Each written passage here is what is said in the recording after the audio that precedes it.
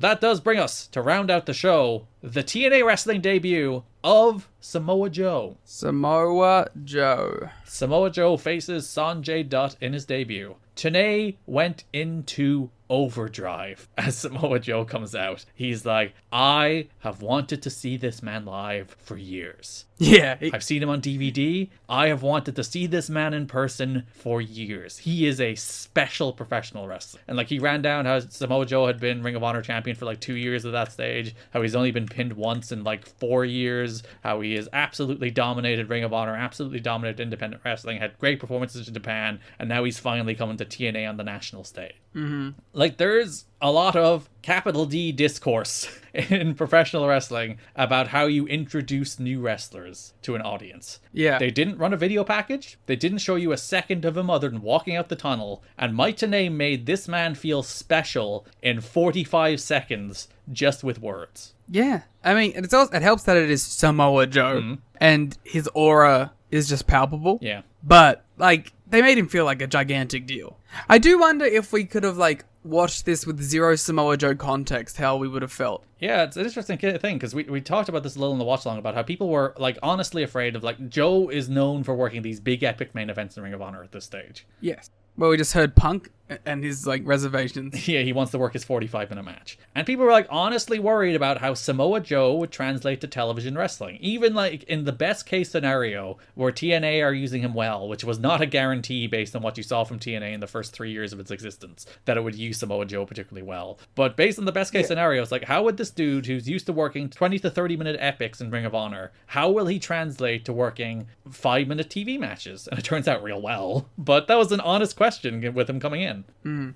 And as you said, you can't take yourself into the experience of being like never seeing Samoa Joe before. I guess you can if you think back to the first time you saw Samoa Joe, because neither of us grew up TNA or Ring of Honor viewers, so we would have seen Joe at some stage for the first time, like randomly in TNA or Ring of Honor. And for me, it probably would have been watching like the Best of the X Division DVD, so it would have been like some of these matches. So I guess we can kind of think back to that experience, seeing him for the first time and like seeing his credibility and his. See, but like I saw Samoa Joe in like 2009 or 8. That was my first time. That's different. It's a different Samoa Joe after he fell on those steps. Yeah. Until 2022 for some reason. It's almost like it wasn't actually the thing that did it. No, because like you'd see it when he'd wrestle like real good wrestlers, and he wasn't Samoa Joe. And I think it helps that he's been wrestling Darby Allin, and that helps a great deal because you can. Someone said to me the other day that they missed Samoa Joe in WWE. Oh. And I was like, listen, you have your opinion, that's fine. You're wrong. But this guy, I haven't felt the connection to Samoa Joe like I have this year since I've seen like the stuff from 2004 and 2005. You know what that dude misses? That one promo that goes viral every 3 months. Yeah, that's a great promo, to be fair. It's phenomenal. Here we go. Let's talk about Samoa Joe and WWE. I do think, like, he never had the match quality. No. But I do think he was, like, his character and, like, how good he is just as in presence alone. He did always feel like a deal. You know what I mean? Yeah.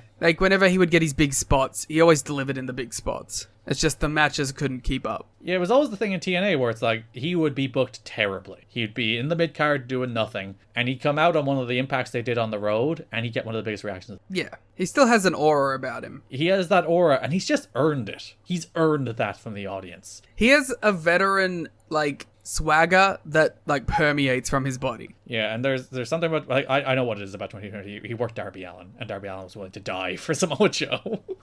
But, like, he's keeping that same energy outside of Darby as well. Yeah, but the Darby matches were a level above. The Darby matches are the only matches Samoa Joe has had since 2012 that have felt like Samoa Joe. Like, truly Samoa Joe. I wonder if him and Briscoe will capture that a bit. Interested to see how that goes, especially because they have some very famous matches before to live up to. Yes. They should chuck it in a cage. So yeah, the one thing like Joe has, the one like defining characteristic of Samoa Joe is just his credibility and his aura. And as you said, that even translates to WWE. Like when he cuts a promo, it's the same thing we were talking about with Jay Briscoe. It's like you look at that man's eyes and you believe it.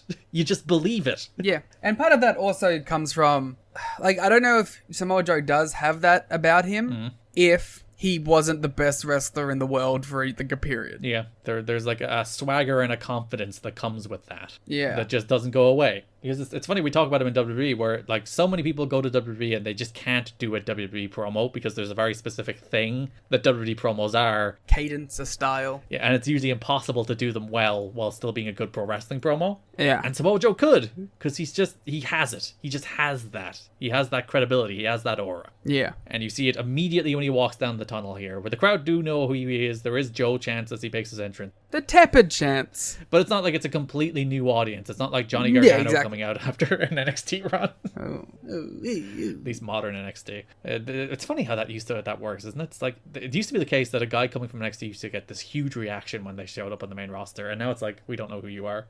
Yeah, because it's bad now. Weird how that changes. But people are still watching it, but I guess they don't care about the people. Less people.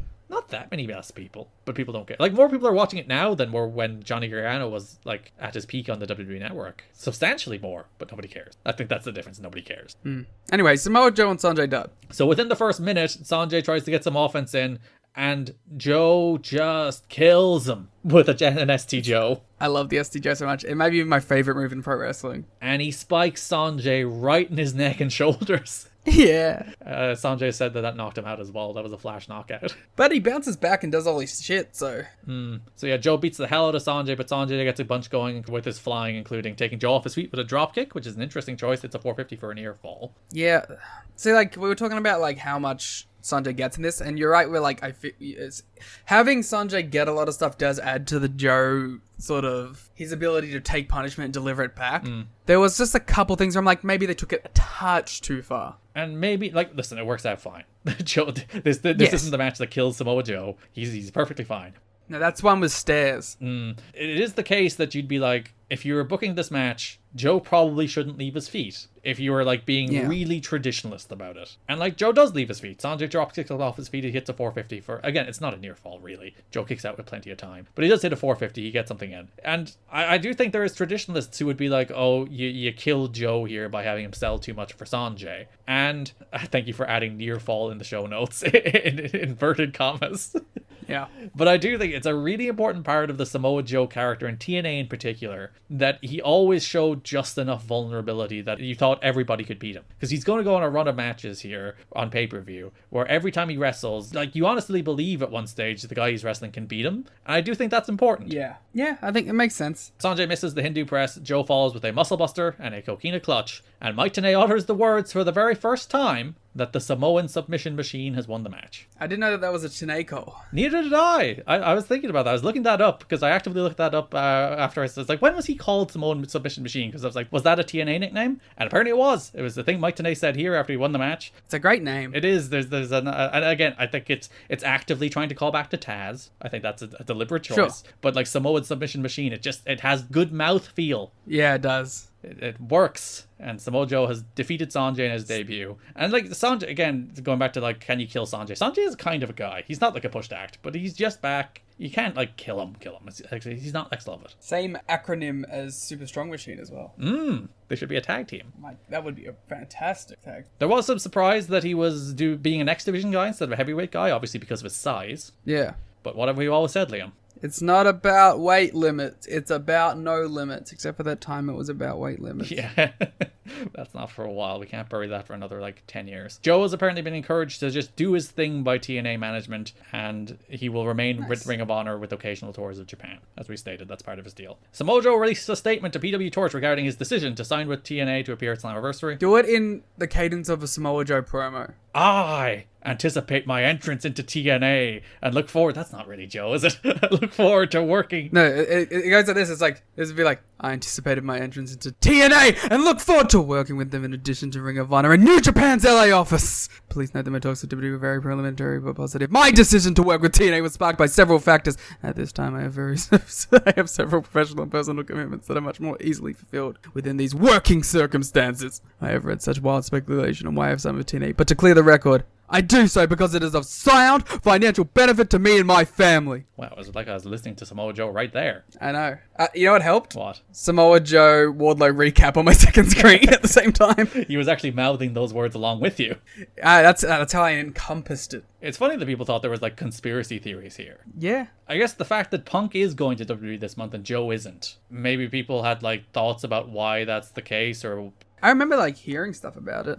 Like in retrospect, obviously. I know Mick Foley says in his book that he like pushed hard for WWE to sign Joe. Yeah. But like, if you were to ask yourself the question, why didn't WWE sign Samoa Joe in 2005? The answer is Vince McMahon took one look at him. Yeah. Like, it's as simple as that. It's like, do you really think Vince is going to push that guy here? Yeah. Not an absolute hope. There was also a quote from Gabe Sapolsky. I love this. I'm going to put this all in italics because I want people to go through and read it. I thought that Samoa Joe's TNA debut was perfectly booked and then perfectly executed by Joe and Dutt, he told PW Torch. It was the perfect introduction of Joe to a new product, and I'm sure TNA will do some great business with him, and they really have people hungry to see more of him. It was very nice of them to mention ROH and Joe's history in ROH, and I'm glad they could use it to give Joe some accolades in his debut. Like, because Gabe doesn't say nice things about other companies very often. So it's like, it's nice that like even he was like, good on you. And oh my god, Sonjay Dutt is on my screen now.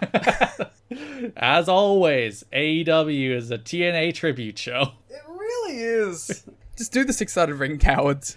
They're all over it. But yeah, it is nice to see him put him over. And like, this is a different era of TNA and Ring of Honor. This is probably the closest they would be until Ring of Honor nearly went out of existence and they were in a working relationship. But then Ring of Honor went under and there was a Ring of Honor stable and there was a Ring of Honor title matches in Impact. But that's not for another like 16, 17 years. Or until we get to my favorite stage of pro wrestling ever, when NXT, ROH, and TNA were all like on the same day. And Lucha Underground. Yeah, what a perfect pro wrestling existence that was. Which will be our next Patreon show when we're through all of the 2012 PWGs. So you can look forward to that. Yeah. As we cover season 1 of Lucha Underground. But yeah, and like, listen, TNA and Gabe and Ring of Honor are playing ball at the moment. Like, they did sign Joe to a deal that did not take him away from Ring of Honor. And I believe they're laxing rules on all the stuff that was instituted post Feinstein saga, where all the TNA guys were pulled and a bunch of TNA guys can work Ring of Honor again. So TNA and Ring of Honor are on good terms. So I think he was just being nice. But also, he's right. It was the perfect debut for Samoa Joe. I always like hearing, because, you know, I think Gabe can dissect other people's wrestling booking really well, and I like hearing him when he does. And I think, like, this was he's just an interesting guy, even, like, outside of his own booking. Other than his obsession with NFT. But yeah, you could not have debuted Joe better, in that you established him as a man with credibility immediately. Mike Tenay, all-time great announce job in that 45 seconds of Samoa Joe's entrance, where he just establishes this dude as a guy before you even see him do a move. And then the rest is he's just Samoa Joe. He destroys Sonjay. Sonjay sells a bunch for him. They show just the right amount of vulnerability. You could argue maybe a little too much, but it works. And Joe wins, taps him out, and is crowned the Samoan submission machine. Hell yes. A nickname that would stick.